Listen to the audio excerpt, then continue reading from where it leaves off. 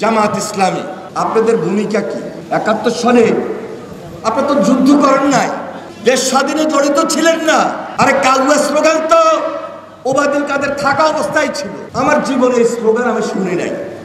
NCP programme দিয়েছে সারা বাংলাদেশে, তাদের প্রোগ্রাম ছিল গণসংযোগের প্রোগ্রাম জুলাই আন্দোলনে। হঠাৎ করে আমরা দেখলাম গোপালগঞ্জে তারা প্রোগ্রাম দিয়েছে মার্চ টু গোপালগঞ্জ, একদিনে 2 দিনে চেঞ্জ।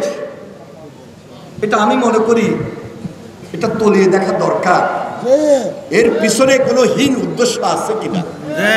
কারণ সামনে তো নির্বাচন, এই ধরনের গন্ডগোল যদি হয়ে যায় নির্বাচনটা প্রশ্নের মুখে পড়তে পারে। পড়ে যে নির্বাচন নিয়ে এখন পর্যন্ত এতগুলা কথা, তাহলে আপনারা কিভাবে গেলেন, কিভাবে বেরোয় আসলেন?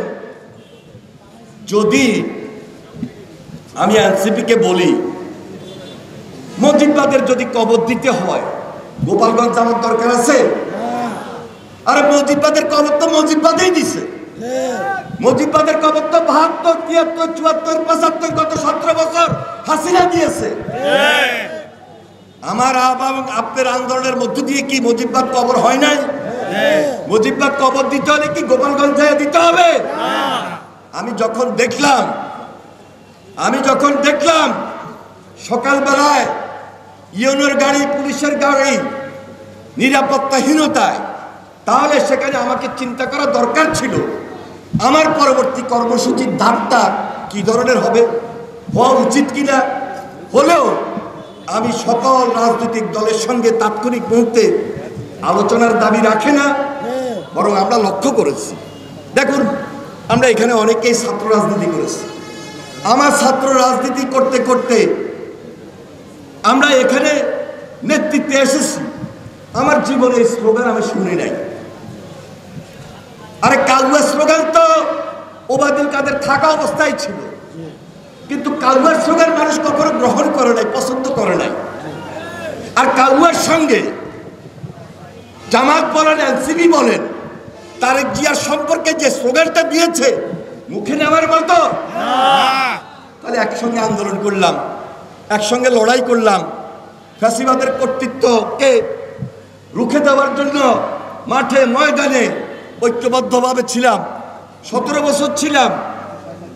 এরপরে সর্বশেষ জুলাই আগস্ট আন্দোলনে গণঅভ্যুত্থানে ছিলাম। তারেক জিয়ার বিরুদ্ধে এই স্লোগান দিতে হবে কেন? যারা এই স্লোগান দিয়েছে,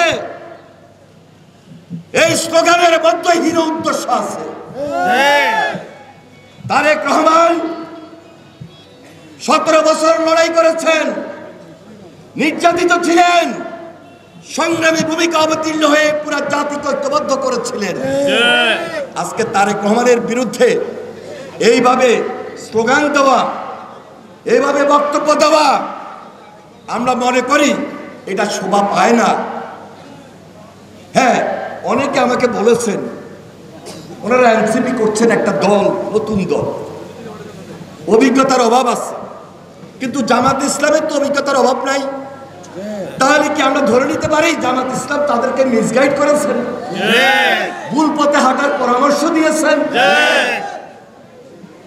জামাত ইসলামী, আপনাদের ভূমিকা কি?